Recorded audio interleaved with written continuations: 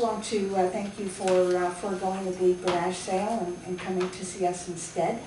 Certainly testimony to the fact that you are clearly all people of substance who know what's important. And healthcare is certainly important for our community, and that's what we're doing here today. Those of us who are up here in the system, but healthcare, of course, is something that touches all of us. And so we're here to share some of our thoughts with you, but we're also very eager to hear your stories about healthcare and to help us develop more of a picture of what's going on in our community. This budget has kind of gone a little bit under the radar. There have been a lot of other things happening. There was an enormous amount of tension about the Drummond report, and it came out, and then somehow the budget hasn't gotten the attention it deserves. And there are a lot of kind of sleepers in that budget that are going to affect healthcare. So we know that Drummond's recommendation was to hold increases to 2.5% in healthcare over the next 3 years. And what the government is actually adopting is an average of 2.1% over 3 years. And it wasn't very long ago that we had the Auditor General of Ontario saying that if increases in healthcare were kept to 3.6%, which is a much larger number, that we would be looking at very substantial impacts to healthcare. That we would be looking at cuts to services, and we would either be looking at that or large deficits in hospitals. And since the government has put legislation into place that forbids hospitals going into the red, what we wind up seeing then is cuts to services. And sometimes these cuts are very subtle because they involve not filling positions. So it may not look like there's a big disruption, but healthcare workers, of course, are relieved not to lose their jobs, but at the same time, we all know that that still means cuts to services, services that people in our community will go looking for and not find. Another figure I think that's important is a figure that comes from the Ontario Ministry of Finance, which tells us that the cost of inflation in healthcare is greater than it is globally, and it's a couple of years ago it was 3.5%. So that even if you're looking at home care, which is going to be, I suppose, one of the more fortunate or less unfortunate components of our system that's looking at 4%, 3.5% of that is eaten up immediately. And if seniors are, as we would all agree, important in terms of needs for home care, and we see their numbers growing, it's conceivable that there really will be no increase in home care, and we know that we've had 10,000 people waiting on lists for home care for a long time, and that in as much as they don't get home care, they wind up being scheduled for long-term care, which is a very expensive way of caring for people, and it's not the first choice of very many seniors, and I think we would all agree that their wishes need to be respected. When we look at zero-based budgeting in hospitals, and most hospitals are preparing to receive no increase at all, again, if we're talking about 3.5% inflation rate, it's unavoidable that there will be cuts to services. And let's face it, there is no fat left in hospitals anymore. And I know that it's a tough place for hospital CEOs to find themselves, but the reality is they will be cutting services. And they will tend to cut services in a way that becomes basically privatization by stealth. They tend to cut the services they know can be found in the community. That's a way that they can justify their cuts. But the reality is the community has never received the investment it's been promised to be able to deliver those services. And so if people don't have the money to buy the service from the private sector, they're not going to get it. So that's just a little bit about where we find ourselves. This is without doubt an austerity budget. And we need to be having this dialogue today and talking about ways that we can mobilize ourselves to protect the services in our community. So that's just a little introduction for today. And I'm very happy now to introduce Pauline, who is a wonderful health reporter at The Citizen, and she is going to be our moderator. So thank you everyone, and welcome to you, Pauline. Thanks, Marlene. I don't want to spend too much time setting up our fellow panelists here and basically launch into what I hope will be a sort of two-way dialogue. So without any further ado, I'm going to introduce, you've already heard from Marlene, so I'll start with Marlene. Marlene is the chair of the Ottawa Health Coalition. Her day job is at the Royal Ottawa Mental Health Centre. She is the president of the OHC local there and an executive member of the Ottawa and District Labour Council. To my left is Dennis Howlett. He is currently the coordinator of Canadians for Tax Fairness, which is campaigning for fairer taxes to fund the comprehensive high-quality public services in our province, in this country. To my left farther is Natalie Mehra. She is the director of the Ontario Health Coalition. Natalie has been a board member of a number of human rights and community organizations. She currently sits on the board of the Canadian Health Coalition. And to her left is Anne Clark.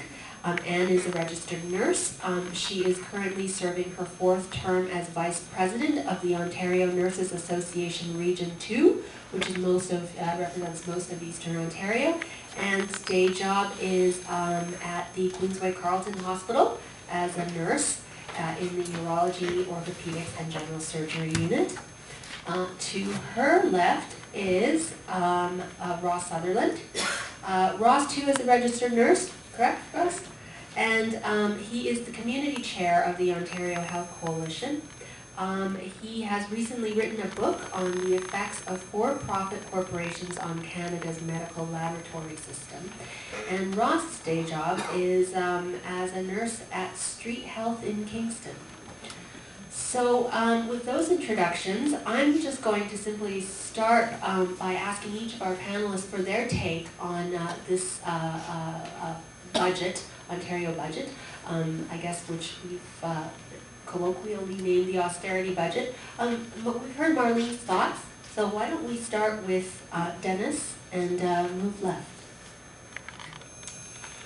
Well, I guess what I would have to say is that deficits is the wrong diagnosis and austerity is the wrong medicine. The deficits, the government would have us believe that the deficits are the result of spending gone wild. Government is overspending and therefore we have to cut back. That's not the case at all. The main reason we've had deficits are tax cuts, ill-advised tax cuts that have mostly gone to corporations and to rich individuals. Ordinary people really haven't had much benefit at all from these tax cuts. And yet now, the fact that they've run up, they total at least 12 to 15 billion a year in Ontario. That's the Ontario budget. And now their prescription is austerity. But austerity is likely to cause more harm than it will do any good. And the way it works is a lot of people are going to get laid off.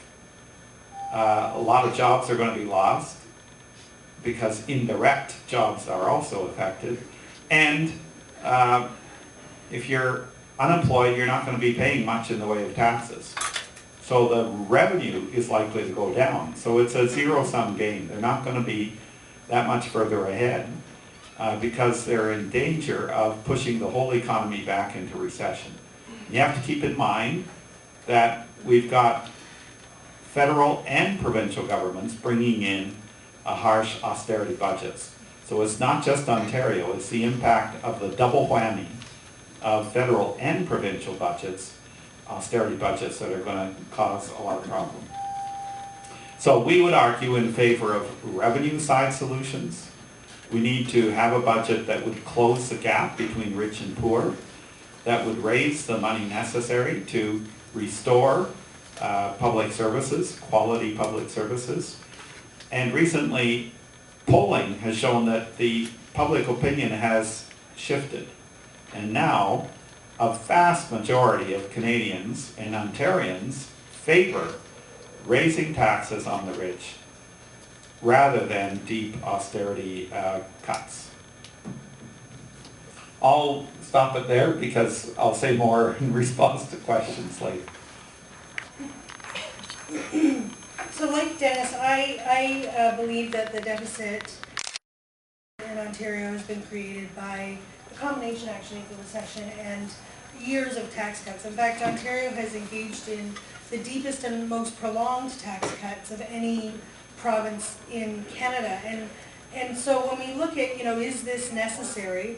Well, no province has gone as far as Ontario has in terms of tax cuts. And ours really started in 1995 under the Harris government and continued. So now we're at a point where we have to pay for this. We've got a $16 billion deficit. We have to pay for it. And even though Don Drummond, and who here has heard of Don Drummond? I just want to make sure that, so some people haven't. So Don Drummond was appointed by Premier Dalton McGuinty to write a report about how to make cuts and privatize in the public service in order to eliminate the budget deficit, Ontario's budget deficit.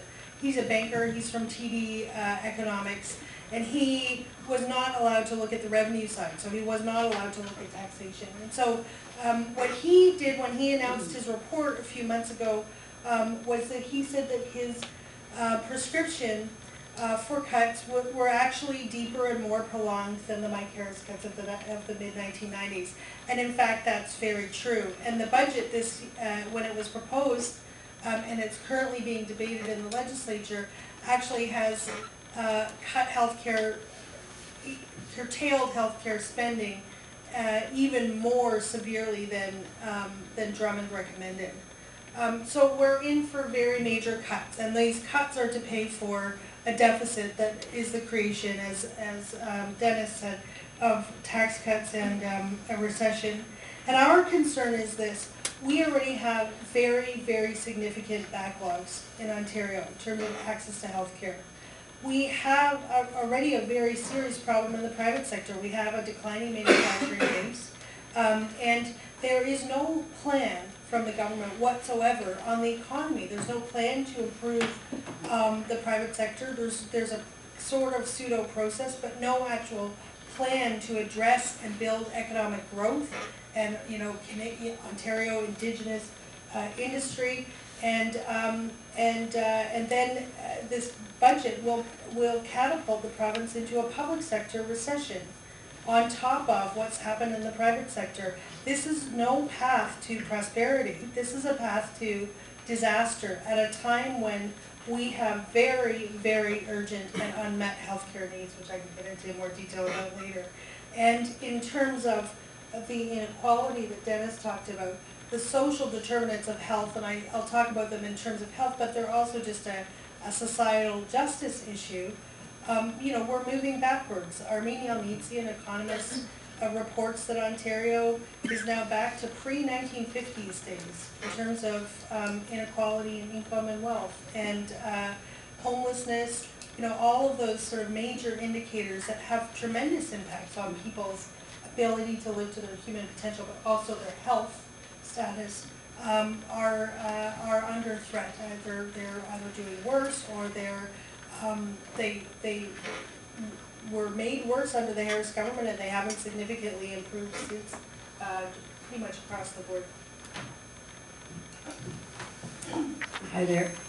We feel that the new budget will mean another major round of cutbacks and restructuring that will particularly hurt patients who need hospital care, nursing home placements, outpatient clinics, and long-term care. So Ontarians do need to speak out. The silent majority need to take action to ensure the government does hear what is that you understand what is happening. So nurses every day face enormous challenges to provide quality patient care in all sectors of the healthcare system. And for every RN position that they cut from a nurse's workload, it affects the outcome to those patients who get added to her load. So there's more errors, there's more adverse outcomes. So when you cut a frontline care worker, whether it's RN or RPN, for RNs it's almost 2,000 hours of care a year for that one person. So recently at Scarborough they cut 60 RN positions. So that's over 100,000 hours less of nursing care at the front line a year for that one hospital. And so over the past 2 years in this area, the LHIN that controls Champlain, who's our local health integrated network, we've had 450 RN positions cut in Ottawa area hospitals. And so that's been cuts to emergency, rehab, geriatrics, hemodialysis, surgical medical areas, and closing of a number of clinics.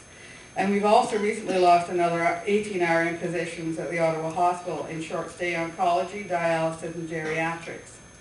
So I've lived through the restructuring of the 1990s when they were amalgamated all the hospitals and were supposed to save millions of dollars that they were then going to be putting into the community.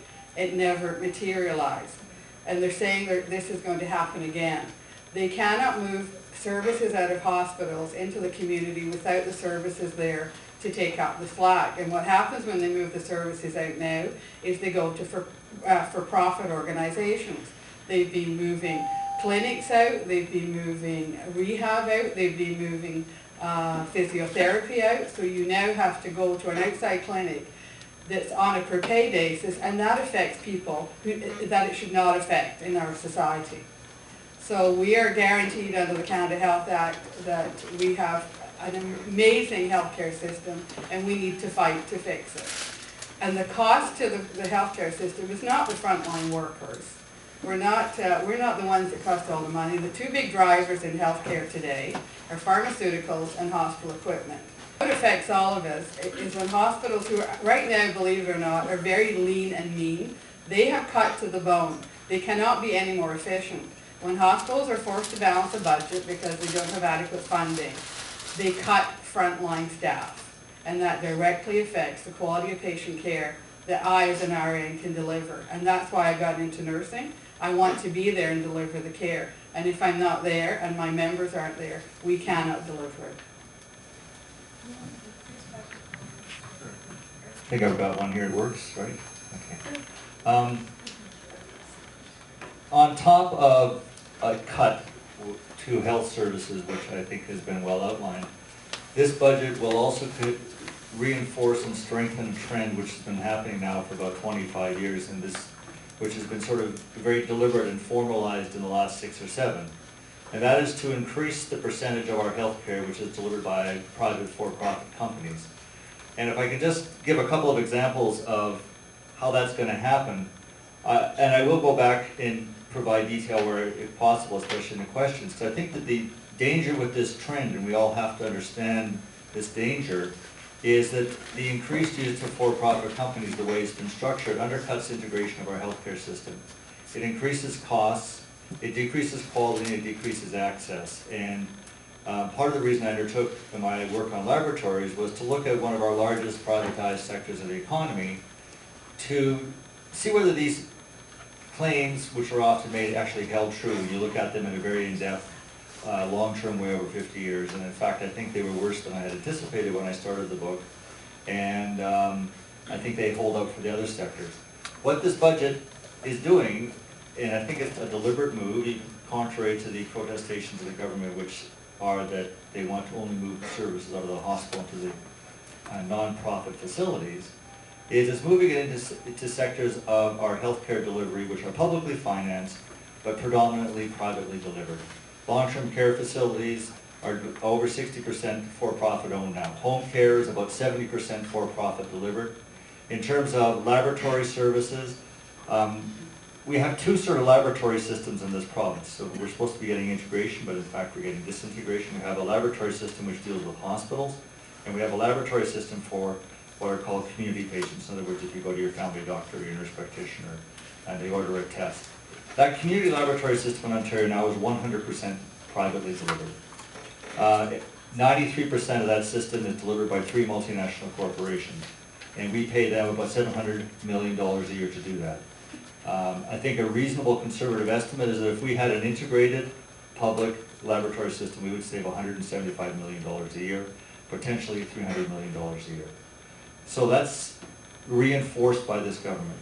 The other large sector which will grow out of this budget is called the independent health facilities. And if you've never heard of them, you've all used one, I expect. They're your private x-ray clinics. You know, if you go to your x-ray CML clinic or your radiologist clinics, your diagnostic ultrasound clinics, there's about 20 or 25, 27, 30 small surgical clinics. They sometimes do abortions or dialysis or a series of other treatments around the province, and those are all privately run too. And in that sector, it's very difficult to get data on it, but the amount of money spent in that sector is probably around $600 million. And sort of an initial run through of looking at some figures is that 2 companies, Canadian Medical Laboratory, CML Healthcare, and Metro Imaging Services control 25% of that market, those 2 companies by themselves. 2% of the chains control 40% of the market, and the rest is sort of divided up between smaller chains and individual doctors. So it's very heavily controlled by corporate healthcare too. So that's sort of my overview of how I see this budget reinforcing that trend. And we can talk more in a second if you want how I think it's a very conscious policy of the government. There's some changes they've made in policy which mandate this to happen, and it's not just in the budget. How do we make things like this happen? Of course, we rely on your donations, but we also rely on various fundraising initiatives.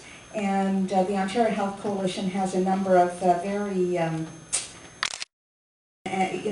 initiatives that creative and really fit with where we're coming from.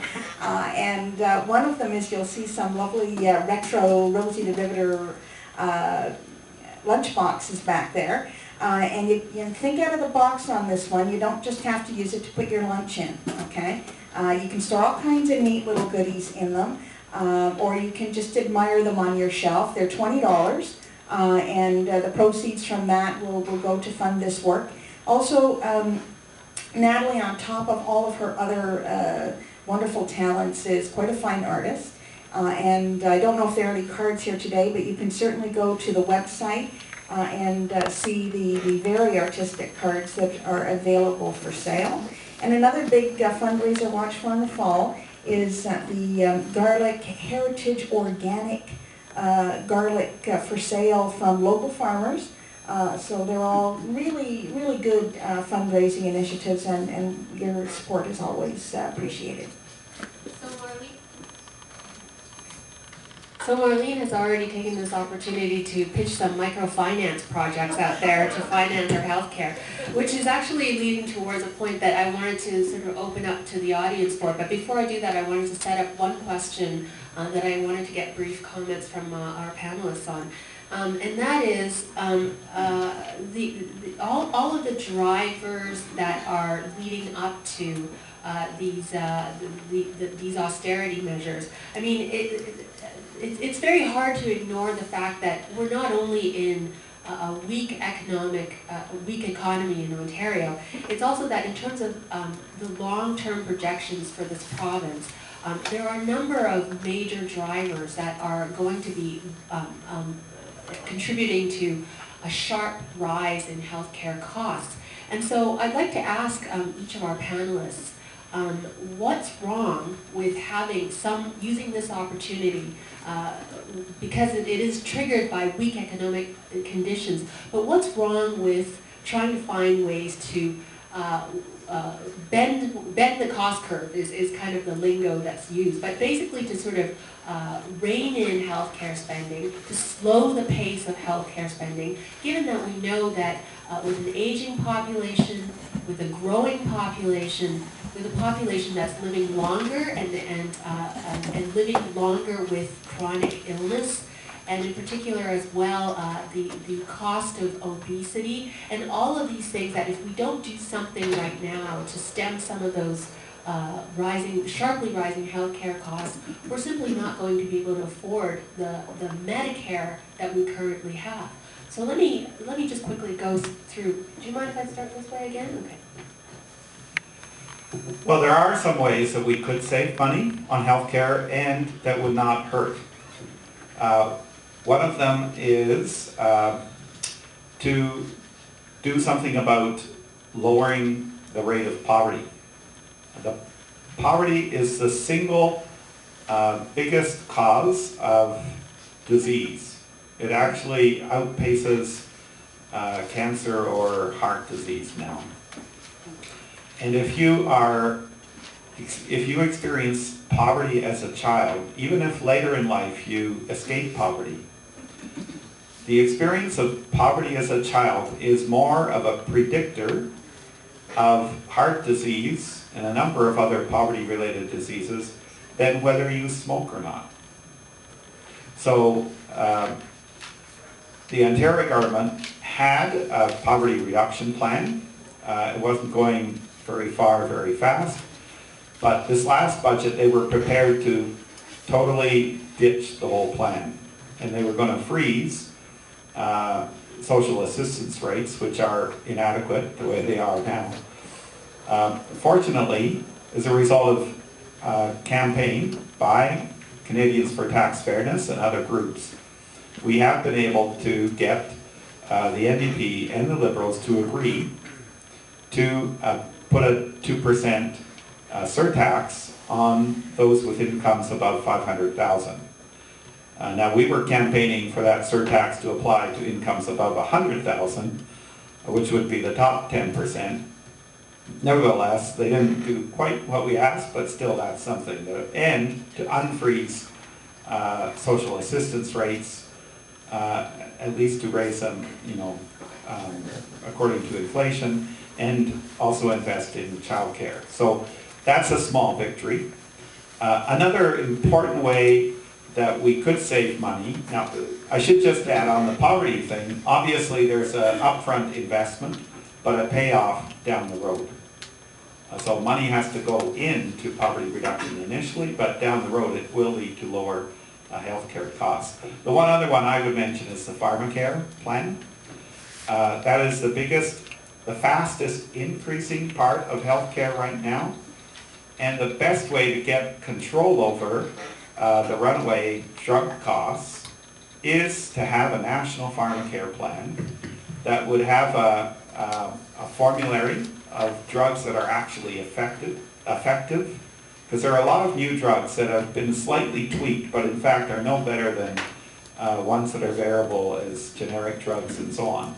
So it would help to reduce the abuse that way, and it could have bulk purchasing, because of all the provinces going together would be a huge market and would be able to bargain for much better prices. So it's a way to get control over inappropriate prescriptions and a bunch of other things related to the aspect of healthcare that is the one part that really has a runaway cost problem.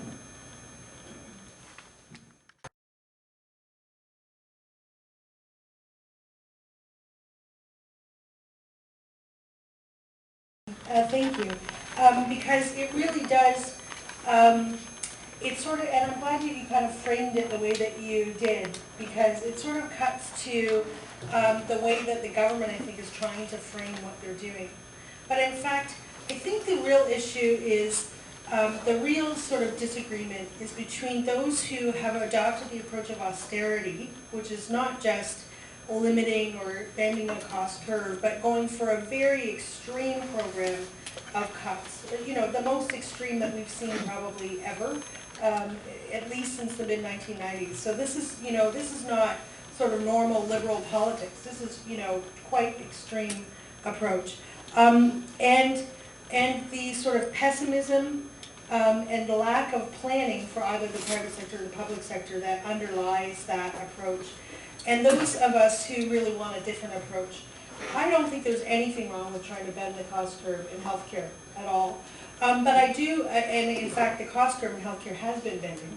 And if you look at the trend over the years, what you'll see is in the mid-1990s, big cuts and containment of healthcare spending. In the early 2000s, when the McGuinty government got elected, an increase, a reinvestment essentially, some restoration of hospital beds and some services, etc. Plus there was a building of 20,000 new long-term care beds. And then in recent years, a sort of curve down as they have been constraining health costs.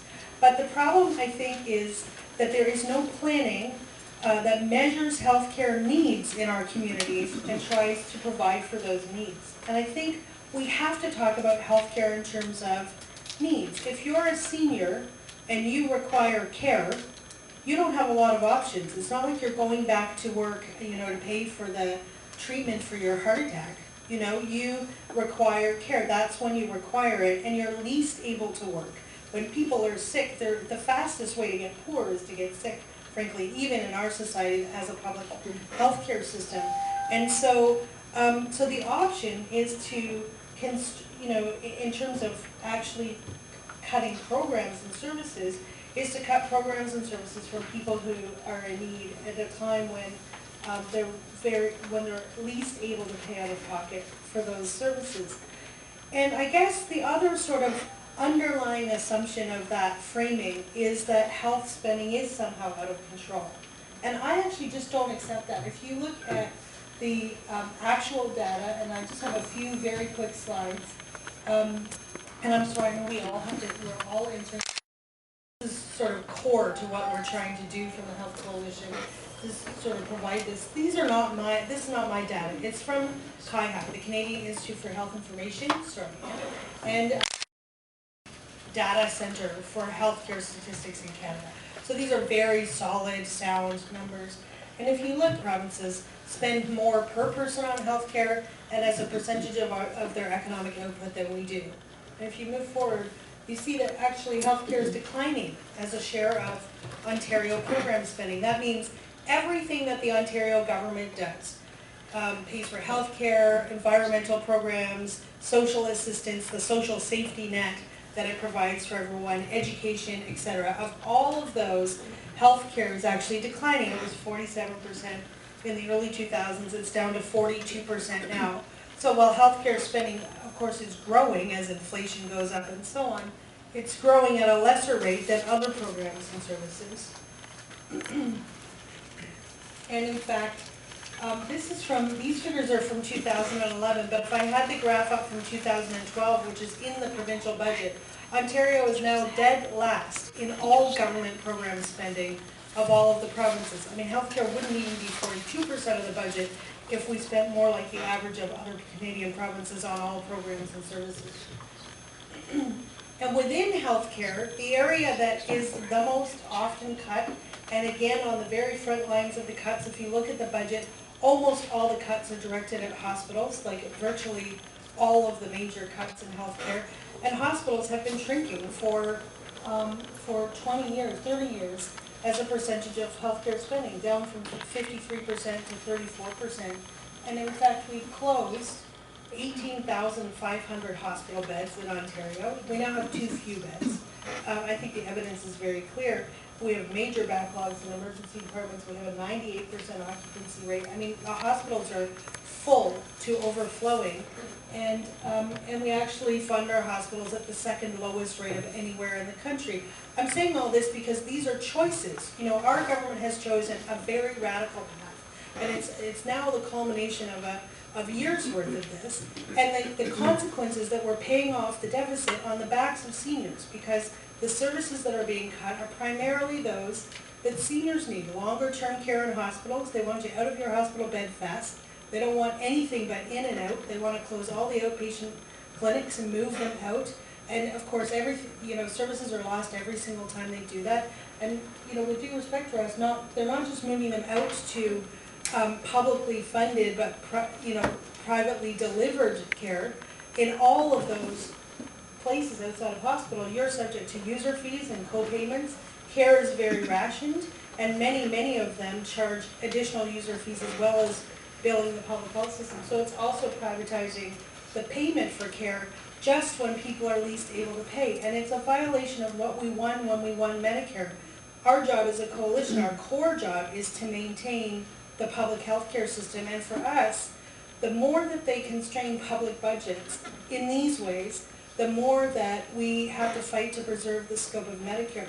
So are there alternatives? Absolutely. To bend the cost curve, there's all kinds, from restructuring, particularly home care and long-term care in Ontario, to controlling executive costs, to reducing the amount of administration, requirements for administration, to clinical things like reducing overprescription and adverse drug events. These are huge in Ontario. They cause all kinds of unnecessary hospitalizations. Dealing with drug costs in a whole variety of ways. Even the Ontario government could adopt reference-based pricing, which they have in British Columbia and New Zealand, and lower the costs of drugs on the market. And then within healthcare itself, there's ways of organizing the system better to provide better care. And so we agree with, you know, all of those. And in fact, we're going to be coming out with a report in June on sort of all the alternatives. And our question to the government is, why wouldn't you do those first? Why wouldn't you look at, now these are not, you know, unwell known, you know, reduce the overuse of diagnostic testing, reduce the overprescription, you know, take measures to improve care and without cutting services that people actually need. Why not do that first rather than going for the cuts to hospitals that are now, you know, the evidence is very clear, they are in trouble. You know, I think there's another agenda at work, because what happens is you move those services out and there's a bunch of private companies that really benefit from it. And when you compare us to Eastern Ontario, to European countries, and even the rest of Canada, Ontario is not in a debt crisis. And the response in other countries when they did the austerity measures have not provided the fix that they were looking for. And because the crisis in the first place is related to revenue, not spending. So low taxation rates for corporations and the wealthy, and minimal collection of taxes for the wealthy has led to this crisis. Ontario's had about $8 billion in tax cuts in the last number of years. That's money that would be there to fund public services that need to be funded. And so Natalie has just said it, it's creeping privatization, and for every service they move out of the hospital, you pay. And I grew up in a system in Britain where we have a private and a public system. And you know who gets the best treatment, because if you're waiting for the public system, even as a child waiting for a tonsillectomy, you could wait for 1.5 years. But if you have the insurance, you'll be in a private hospital the next day. We do not want that system here in Canada, and that's what we are slowly creeping towards. And I mean, you just have to look south of the border for. I had a chat with a young nurse who couldn't stand it anymore in the U.S. She went to work there and had worked for about 5 years. She said, "Anne, every time we ran a code in the ER, I took stickers off of everything I used. The RNs were covered in stickers at the end of a code, and then we added it up, and it could be $10,000 for somebody came in with a heart attack."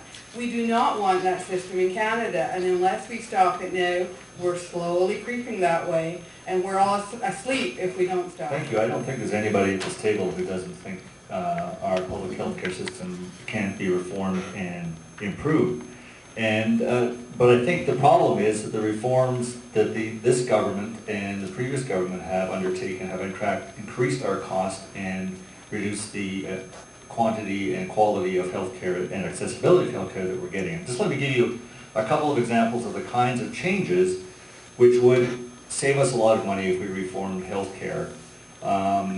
This is not to say that we don't need more money to meet the unmet needs, but we don't even know in this province really what the needs are, because the government has never sat down to try and figure out what the healthcare needs are. And even though the local health integration networks are supposed to do that, they don't do it. For instance, I've already talked about the labs. And the conservative estimate is that if we had an integrated public healthcare system, public laboratory system, to meet all of our essential publicly funded laboratory needs, in Ontario alone we would save $175 million a year. And just a couple of really simple examples as to why that's the case. We have in the hospitals laboratory analyzers that sit silent at night because they don't have enough volume of specimens to service. We have private labs where exactly the same thing is happening. We have a huge excess capacity in the system, especially in the automated services, but because the government for years has divided the system, and in 2006 made the division concrete in law, we can't integrate those two systems. They're separate, and that increases the cost. There's a whole other series of reasons why we save that money, but I'm just saying that that's an example. Another example is in home care. In the mid-90s, we moved to a competitive bidding system, and then we moved into the LINs and the CCACs.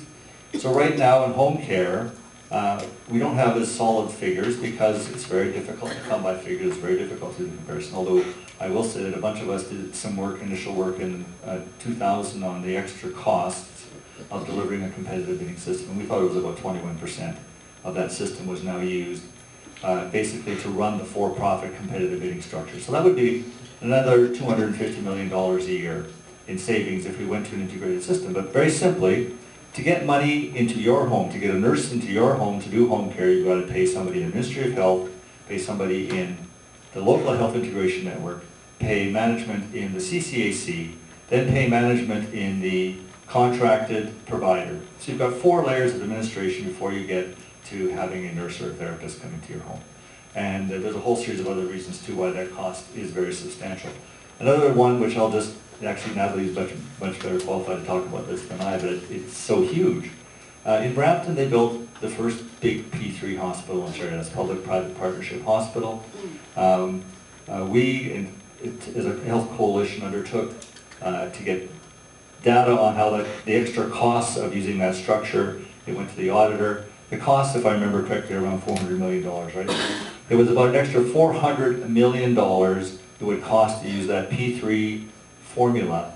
On a hospital that was projected to cost $300 million. That's right. This is for one hospital to rebuild, rather than using the normal way in which we built our entire hospital system over the last 50 years, which is essentially through a publicly contracted system. So it's $400 million on one hospital. Now we've been fairly lucky and also worked really hard, and I'm sure some of you worked hard here too. We have actually managed to roll back most of those P3 hospitals because they were so completely outrageous. But there are a whole, but we haven't stopped them. They are still happening around the province in various different forms. We're still fighting that. So all I'm saying is there are changes that have been taking place which are actually increasing the cost without increasing the quality or accessibility or quantity of care. And they're very expensive changes. So I think those things, as well as the big ones like pharmacare, better control over utilization of diagnostics and things which all make a difference. But those kind of changes would definitely affect the cost curve in a very positive direction and improve our public health care system. For ways to reduce costs in healthcare, the clear message is keep it public. It is much cheaper to deliver these services as public services. And the reason for that is you take your healthcare dollar and you have to cut a wedge out for profit. And then you have to cut another wedge out for multiple administrations to deliver that service. And that's what we just heard from Ross about the CCACs and how there are all these layers now before you actually have a healthcare worker at your bedside. But there's another element to this that's really important, and that is that private healthcare has two masters. On the one hand, you need to deliver good quality healthcare in a best practice kind of way, but you also have to generate profit for your shareholders. And if you don't think there's a conflict between those things, you are dreaming in Technicolor. And I am very happy to work in the public system where I can devote myself to providing good care, and the only shareholders I'm accountable to are the people of Ontario.